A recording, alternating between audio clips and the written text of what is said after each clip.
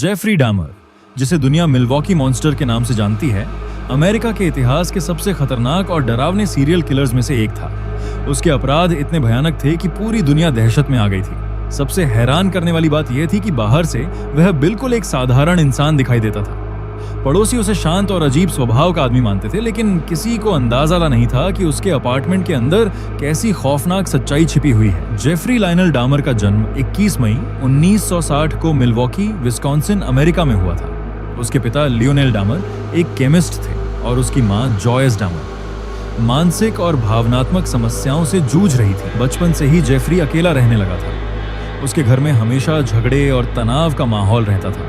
वह लोगों से कम बात करता और अपने ही संसार में खोया रहता था। धीरे धीरे उसके अंदर अजीब आदतें पैदा होने लगी। उसे मरे हुए जानवरों में रुचि होने लगी। वह जानवरों की हड्डियां इकट्ठा करता और उन्हें घंटों तक देखता रहता। शुरुआत में परिवार ने इसे सामान्य जिज्ञासा समझा, लेकिन समय के साथ उसका व्यवहार और भी डरावना होता गया। स्कूल में उसके बहुत कम दोस्त थे और वह अक्सर अकेला बैठा रहता था। सिर्फ 14 साल की उम्र में उसने शराब पीना शुरू कर दिया था। शराब उसकी जिंदगी का हिस्सा बन गई थी।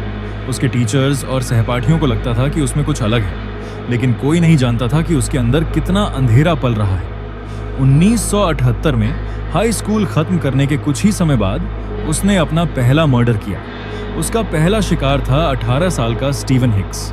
डामर उसे सड़क से अपने घर ले गया, जहां दोनों ने शराब पी और बातें की।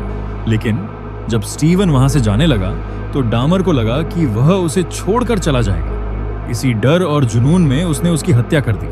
हत्या के बाद डामर ने शव के टुकड़े किए और सबूत मिटाने की कोशिश की। यही उसके खूनी सफर की शुरुआत थी। इसके बाद लगभग 10 साल तक उसने कोई हत्या नहीं की, लेकिन उसके अंदर की खतरनाक सोच लगातार बढ़ती रही। कुछ समय बाद उसने कॉलेज छोड़ दिया और उसके पिता ने उसे अमेरिकी सेना में भेज दिया। शुरुआत में लगा कि उसकी जिंदगी सुधर रही है, लेकिन शराब की लत ने सब बर्बाद कर दिया। आखिरकार उसे सेना से निकाल दिया गया। 1987 में उसने फिर से हत्या करना शुरू किया। इस बार उसके अपराध लगातार बढ़ते चले गए। वह अक्सर युवा लड़कों को बार, सड़क या मॉल से अपने अपार्टमेंट में बुलाता था। कभी पैसे का लालच देता तो कभी फोटोशूट का बहाना बनाता। अपार्टमेंट में लाने के बाद वह अपने शिकार को नशीली दवाइयां देता और बेहोश होने पर उनकी हत्या कर देता था। समय के साथ उसके अपराध और भी भयानक होते गए। उसने शरीर के हिस्सों को संभाल कर रखना शुरू कर दिया। पुलिस को बाद में उसके अपार्टमेंट से कई खौफनाक तस्वीरें और इंसानी अवशेष मिले। सबसे डरावनी बात यह थी कि कई बार उसे पकड़ा जा सकता था, लेकिन हर बार सिस्टम की गलतियों की वजह से वह बच गया। पड़ोसी उसके घर से आने वाली बदबू की शिकायत करते थे, लेकिन डामर हर बार कोई बहाना बना देता था। 1991 में एक 14 साल का लड़का कोनेराक सिंथासुम किसी तरह उसके अपार्टमेंट से भाग निकला।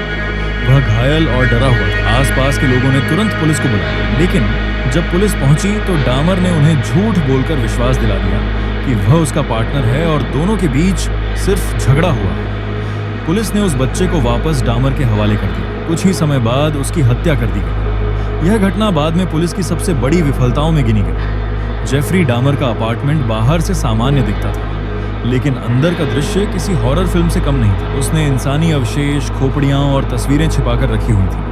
उसके पड़ोसी बदबू और अजीब आवाजों से परेशान रहते थे, लेकिन किसी ने सच की कल्पना भी नहीं की थी। 22 जुलाई 1991 को आखिरकार उसका आतंक खत्म हुआ। उस दिन उसने ट्रेसी एडवर्ड्स नाम के व्यक्ति को अपने अपार्टमेंट बुलाया, लेकिन ट्रेसी को अंदर जाते ही खतरे का एहसास हो गया। डामर ने उसे हथकड़ी लगाने की कोशिश की, लेकिन सही मौका देखकर ट्रेसी वहां से भाग निकला और पुलिस को सारी बात बता दी। जब पुलिस ने अपार्टमेंट की तलाशी ली तो उन्हें ऐसी चीजें मिली जिन्होंने सबको हिला दिया।